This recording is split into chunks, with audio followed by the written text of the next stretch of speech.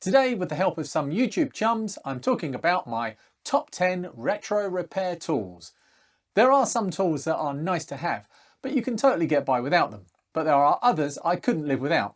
Things that improve the quality of my work, save me a huge amount of time, or are just plain cool to use. I've also mixed in a few consumables. Not really tools as such, but they are quite cool and certainly essential. Okay, in no particular order. First up, here's everyone's favourite lovable lunatic, what ho snorkers? Or is that Professor Heidelberg Schweinstein, the mad professor character from the snorkified game Treachery? Professor Schweinstein here. Whether I'm soldering a mandroid or a terrifying mind bomb, I always use quality leaded solder. Puts lead in your pencil and power in your electronics. I tried lead-free solder. It caused a malfunction and I lost my mind. Don't let this happen to you. Snorkers is a legend. I don't buy unleaded solder, it's terrible stuff. It's mostly myth that lead solder is no longer available to buy, although I can only speak for the UK here. There are many brands that lots of armchair experts will tell you are the only thing you should use. The cheapskate in me would suggest that you don't need to spend a huge amount of money to get something good. But don't buy the cheap stuff off Amazon or eBay though. It's often marked as leaded, but when it turns up, it's actually unleaded. Horrible, nasty stuff. My brand of choice is Loctite Multicore. Buy a big reel and it will last you for ages. I do a lot of repairs and this has lasted me for well over a year. Excellent stuff. Desoldering Station. When you close your eyes tonight, that's what you'll see. Thank you, Control-Alt-Reese. The Desoldering Station, or the Mugun. Of all the tools here, this one made the biggest difference to the quality and reliability of my repairs. Going from hand pumps and braid to a desoldering gun, even a relatively cheap one like this, is like going from a thing that is hard to use to a thing that is much less hard to use. Analogies were never my strong point. It's not an instant win button. You'll still need to learn how to use it properly, and these Duratool clone type units are made of good intentions and cheap plastic, so don't expect them to be bulletproof. But even with all the negatives, I wouldn't be without a desoldering gun. High on my wish list is a Hakko FR301, but that's a hefty investment in one tool, and I'm way too cheap for that right now. One day though.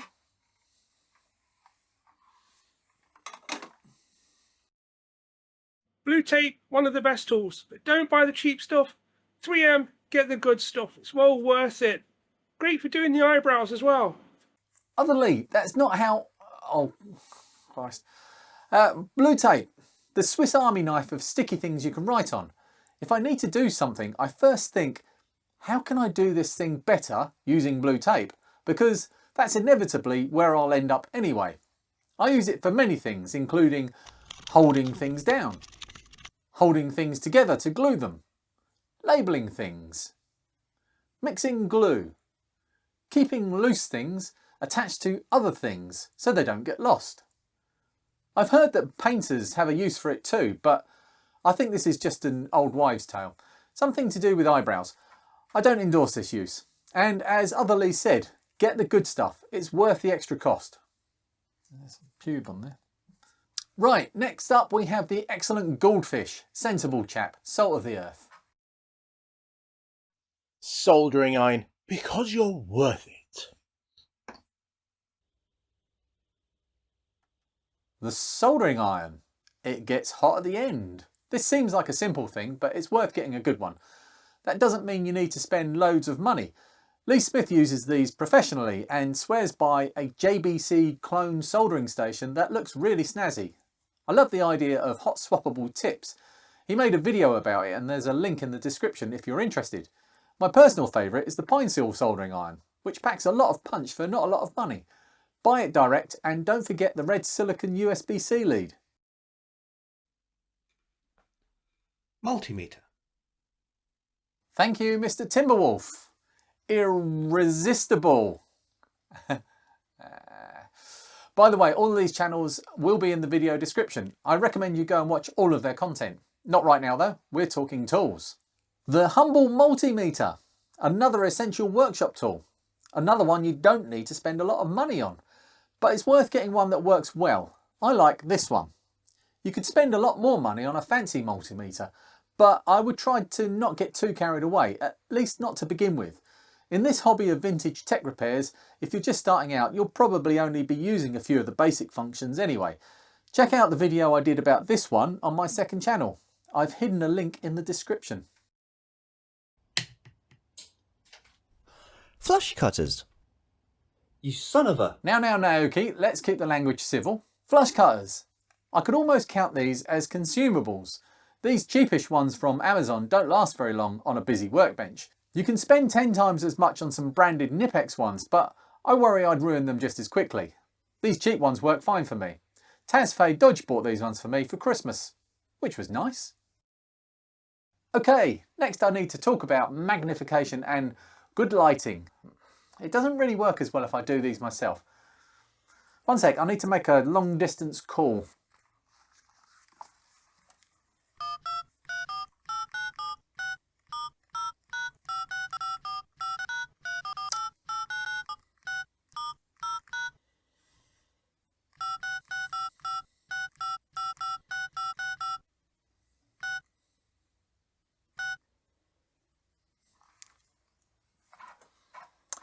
Ringing. Mark, it's Lee. Hey Lee, how are you, mate? Good, thanks. Yeah, how's yourself? How's the rash? Yeah, not too bad. Oh, nice. I told you that cream would work. Listen, Mark, I'm doing a video on tools and I thought of you. Did I hear right? You have a shiny new microscope? Yeah, I'm using it just now. Great. I need a favour. Can you point at it and say the words magnification and lighting? And do what? Yeah, just say magnification and lighting. Oh yeah? Alright. Oh, can't stuff that up. Oh, I kept it nice and simple for you. Alright, bye. Bye. See ya. See how he gets on. Multiplication and lightning. Oh. I'll call him back.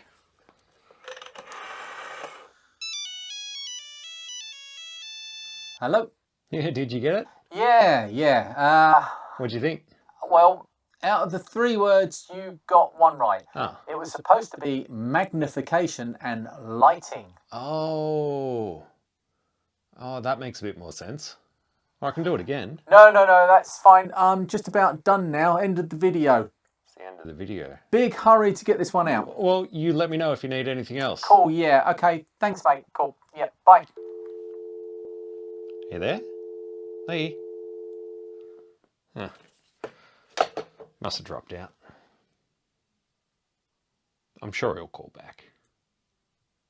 Okay, that didn't go quite as planned. A wide subject, this one. A decent amount of light where you're working is essential, and how you get it there is up to you.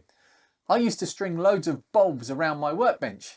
Lately, I've gone a bit posh with some LED panels, but working with lots of light is just going to help you see things better. Magnification can be anything from a magnifying glass to a microscope.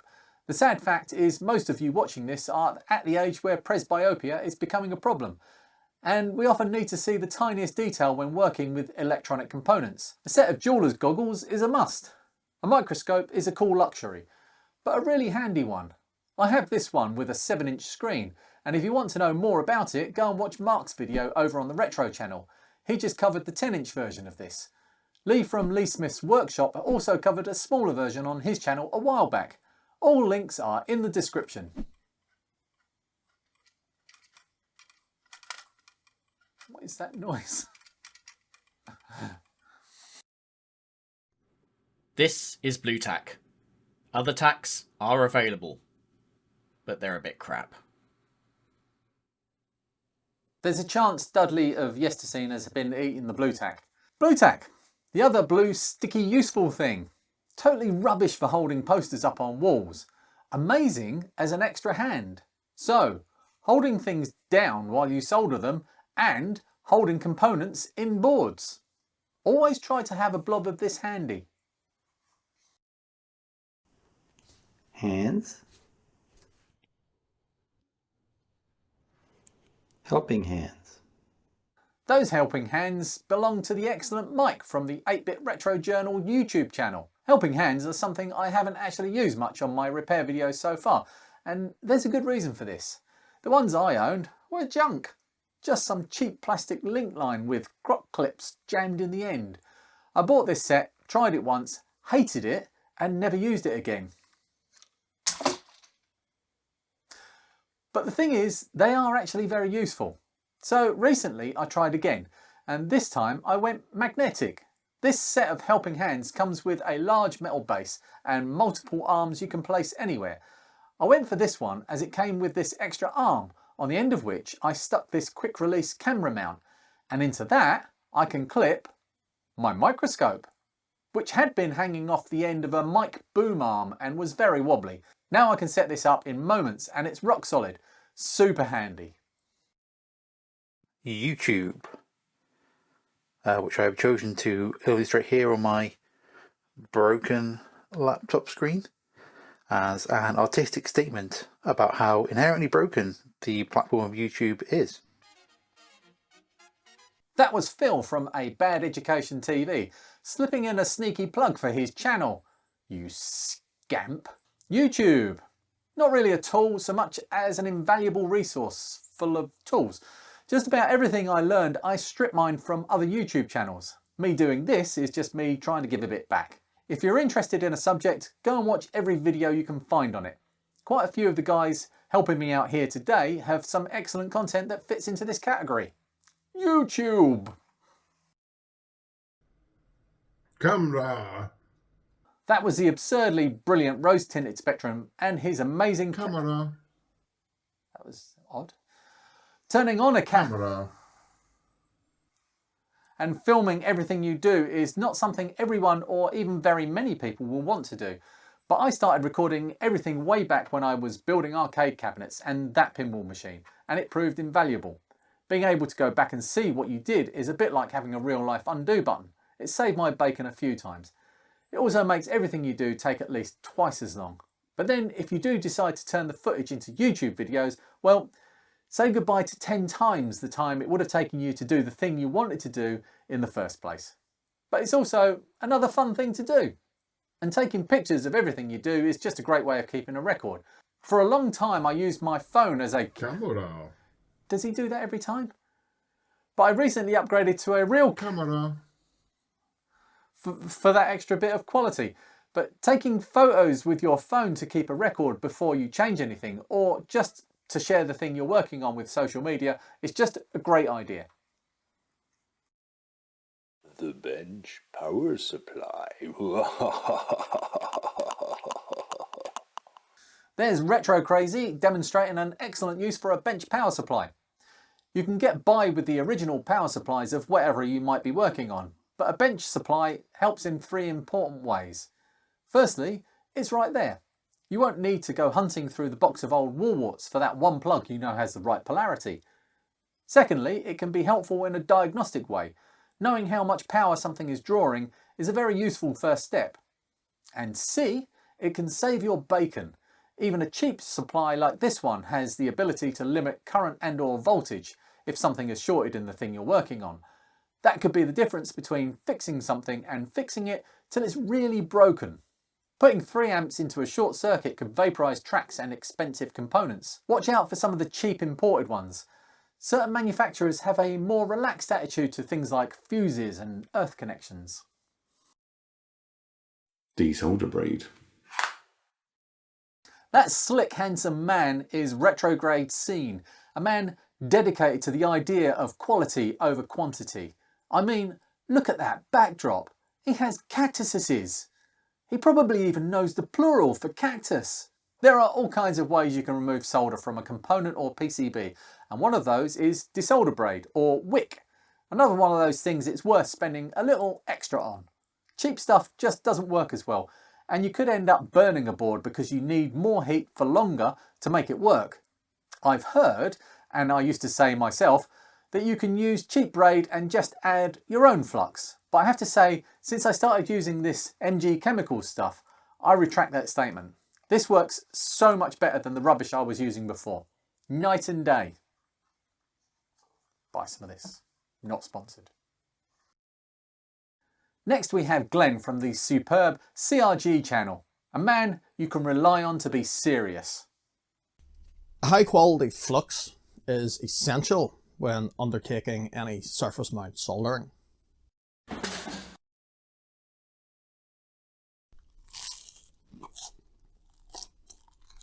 It doesn't taste that good on toast. That's not how you... No, please don't eat flux.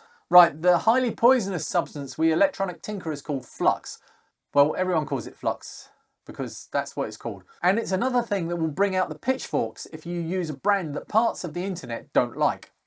I've stuck with my Topnic flux for most things and it works for me. Glenn appears to swear by Chipquik lemon curd.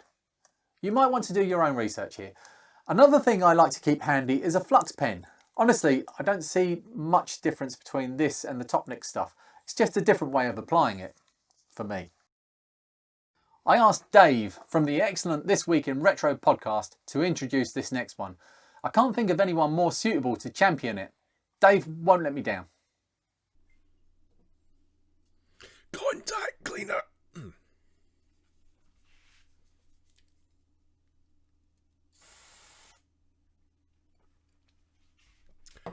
Contact cleaner. Why does everyone want to eat the poisonous things? Don't do this, kind and easily influenced viewer. The consequences will probably be fatal. Contact cleaner. I've started calling this Dave juice. Every vintage tech workbench will need a can of this. Obviously it's great at removing oxidization from stuff, but it's also good for lubricating chips stuck in rusty sockets and preventing corrosion in the future. The cool thing about this stuff is it's non-conductive, so you can spray it on, switch the machine on, and it won't explode. This is of course not the way you should do it, and don't blame me if your rusty ZX81 explodes. Right, last one, and this one better not be ingested. IPA, which I guarantee if you use in a video will draw comments about IPA. Every single time. IPA. Well, at least the brilliant RMC Neil didn't actually drink it. I suspect that cave dweller Indian Pale Ale didn't survive too much longer though. When retro repairers sweat, this is the stuff that comes out their pores. You'll struggle to find a YouTube retro repair video in which this doesn't get a mention. Be warned though, it's not suitable for all cleaning jobs. It'll take the white text right off a Sega Mega Drive for instance. Buy it in bulk, it's not something you want to run out of. A quick hint here, if you find the 99.9% stuff is evaporating too quickly to be useful, then try the 70% stuff. It works just as well, but has some harmless distilled water mixed in. That was my list of however many essential retro repair tools it was. It definitely wasn't 10. But what about yours? I put the question to Twitter. What are your essential workbench tools? And here are a few of the suggestions. Engineer pump from @TheGirlGeek. If you're going to be manually sucking solder, this is the pump to do it with. @Kumimono, Yari, likes his bamboo toothbrush. I need to get me one of these. The lack of bend is appealing. Lee Smith also nominates the engineer pump along with fancy Nipex cutters and a pair of locking forceps. That's something I need to add to my list. Very handy. Also this Sugon soldering station and its hot swap tips. Arcadesy likes his Variac. This is basically a big knob that hums when you turn it. And his high voltage probe. If you're working with CRTs, that's an essential if you want to not be dead. Lovely Chris Jameson says TL8662, which is a great shout. Inexpensive and unlocks a world of programmable proms. Simon Osborne nominated me. It's not the first time I've been called at all. He also nominates his Hacko FX888D soldering station, a quality bit of kit. Fuzzweed says lights and magnifying glasses. These are in my essentials list for a reason. Also helping hands. @32bits shows us the same magnification loop and headset I use. Cheap but good. The excellent Robert Elliott nominates the Duratool desoldering station, a big favourite all round. The Classic Geek has a list of DIY bench PSU, Pine Saw Iron, yes, Handtech USB scope, Multimeter, component tester, very handy, and bench PC. I just added this to my workbench recently and can testify it's super handy. Thank you to everyone that chipped in. The last word I will say on this is this. The single biggest resource I've found since I started mucking about with old tat is the community that's grown up around this hobby. I've been incredibly lucky to benefit in so many ways from being a part of this group of enthusiasts. If you can find a way to connect with the community, you should definitely do that. If social media isn't your thing, and I totally understand that, come and join my Discord. It's a very friendly place and there are plenty of clever people to help you out if you need a bit of knowledge. Right, that was my mathematically inaccurate top 10. I better get on with using them all now. This mountain of broken C64s needs me. Although I'm waiting for a new special tool to arrive to make life just a bit easier. No hints on what that might be though. Blue tape, the Swiss Army knife of... Here we go. If I need to do something, I first think... Now I'm going to do this bloody wrong every bloody time. I've hidden a link in the description. Let's do that again. And another one you don't spend a beer. You could spend a lot more money on a fun... I've got loads of them. Yeah, just say magnification and lighting. One sec, I need to make a long I can't say long distance. Okay, one sec, I need to... Why am I holding this up first? Tool! That's slick, handsome... I spat then. Can you see that in 4K? Just doesn't work as well and you could end up burning a board or... Been at this for a little while and my throat is closing up. My opinion. Microphone. I suspect that cave dweller... You'll struggle to find a YouTube retro... Well, at least the brilliant... You'll struggle to find a retro YouTube... Yeah.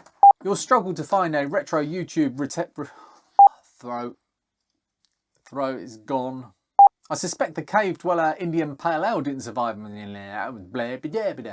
Isopropanol. I suspect that Indian cave dweller... Well, at least that brilliant cave dweller Pale Ale.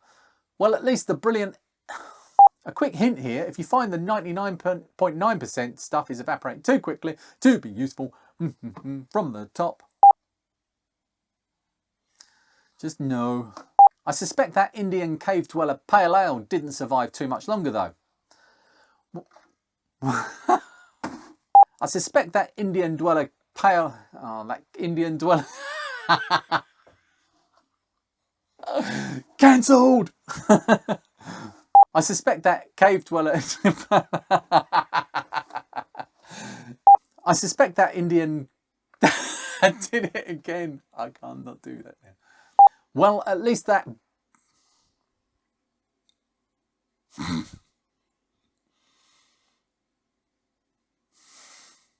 You'll struggle to find a retro... I suspect that Indian cave dweller Pale Ale... No, it's not an Indian cave dweller Pale Ale. Muppet. Well, at least the brilliant... He is brilliant. Lovely, lovely man. I suspect that Indian... Oh, God. It's not Indian cave dweller Pale Ale. It's cave dweller Indian Pale Ale. Pale Ale. Yes!